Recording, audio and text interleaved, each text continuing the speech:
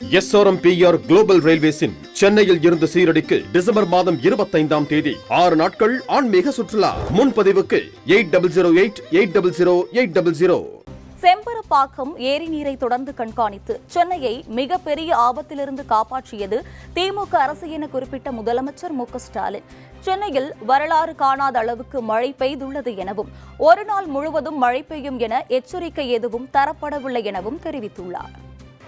அண்மையில் பெய்த மழை கிட்டத்தட்ட 47 வருஷமாக பார்க்க முடியாத, வரலாற்றே பார்க்க முடியாத அளவிற்கு பெய்த மழை. அந்த மழை வருவதற்கு ஒரு 4 நாட்களுக்கு முன்பு எச்சரிக்கை செய்தார்கள்.